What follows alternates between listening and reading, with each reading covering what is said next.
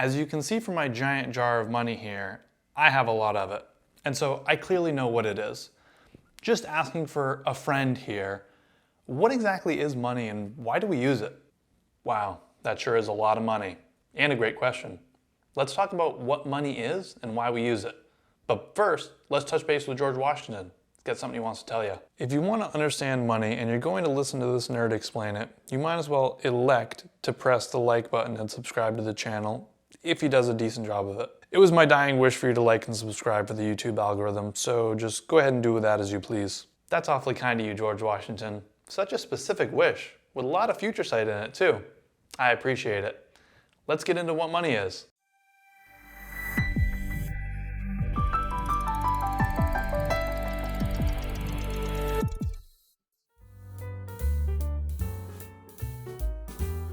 So good at mowing lawns, but I need someone to teach me math.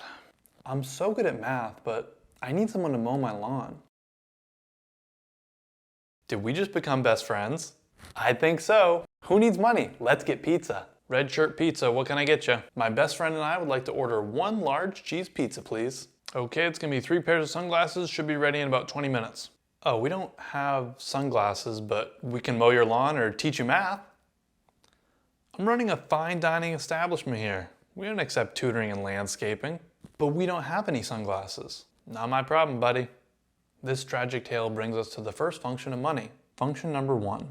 Money is a medium of exchange, meaning I can use it to facilitate the exchange between when I buy and sell goods and services. It's much easier than to have a double coincidence of wants, which is essentially 2 people wanting the same thing that the other has at the same time. Also kind of known as bartering.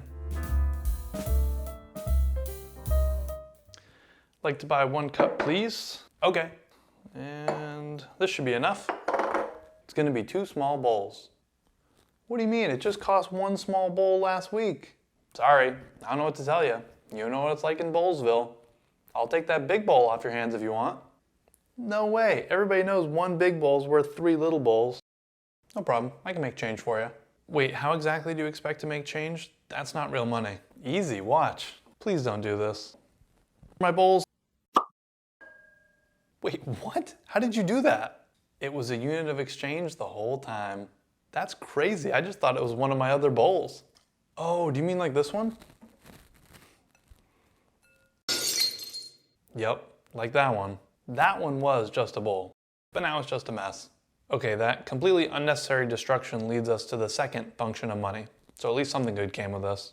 Function number 2.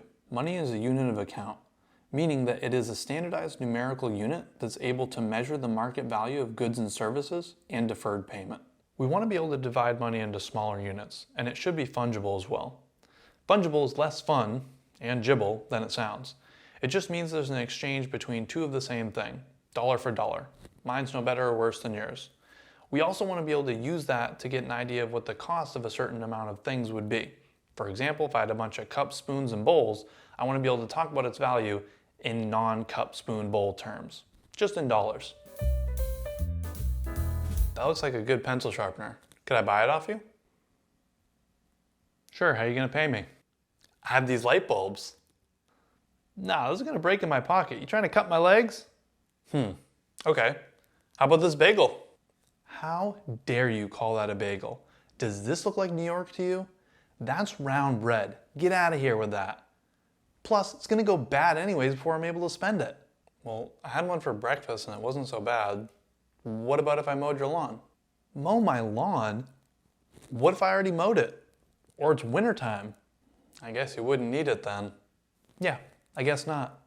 Did you even stop to consider that I'm just an alter ego with a red shirt that only exists in these videos? I don't even have a lawn. Okay, sorry I offered. Clearly a sore subject.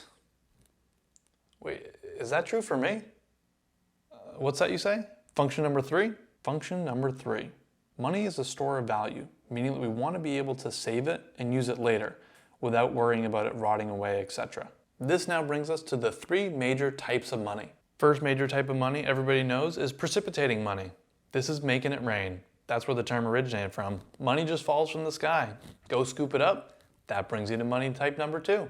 Type 2 is contained money, This is where you collect all that money from when you made it rain and you just put it into a suitcase or a pool or whatever you want. Just be careful, if you put a bunch of coins in a pool and then you jump in, you're gonna break your legs. Just don't do it. Type 3 is play money. This is the most infuriating of all the different types of money.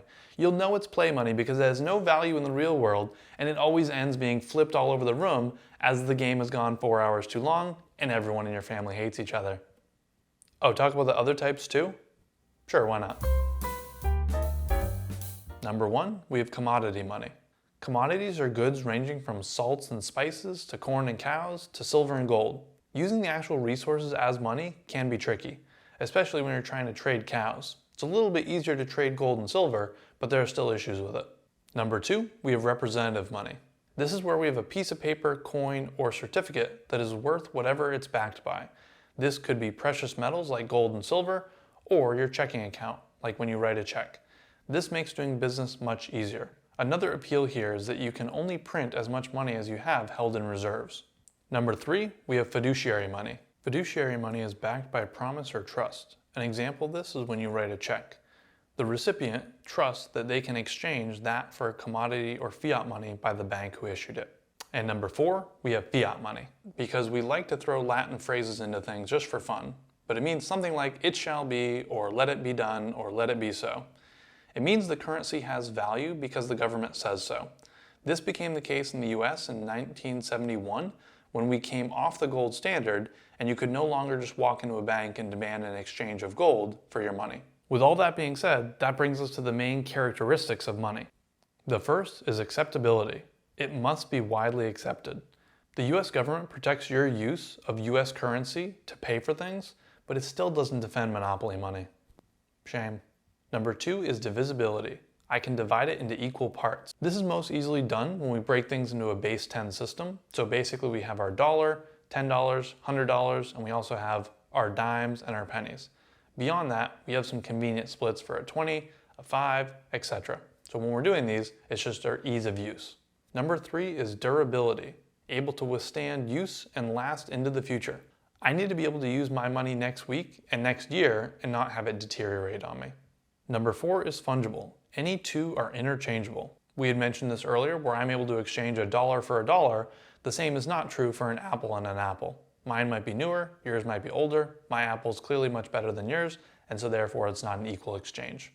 5 is portability. It can be easily transported from place to place. Hard pass on carrying around everything in change. I'll take some bills, please. Number 6, uniformity. It's the same from size to shape and value. You may have a different state quarter than me, but you and I can both look at them and pretty immediately determine that they're quarters. Number 7, limited supply. At any given point, there's a finite amount of money available, which helps to regulate its value. If there was an infinite supply of money, it would become worthless. There's a lot more to unpack here, but we'll get to some of that stuff later on. Hopefully now you have a better idea of what exactly money is, the 3 functions, 4 types, and 7 characteristics that we look for. This is going to be super helpful in the future as we talk about different ways to make, save, spend, and invest that money. Okay, bye. This makes doing business much easier. Does anybody else like that there's 3 functions, 4 types, and 7 characteristics? Like that they add together 3 and 4 to make 7? I like that. I need a hobby. Washington out.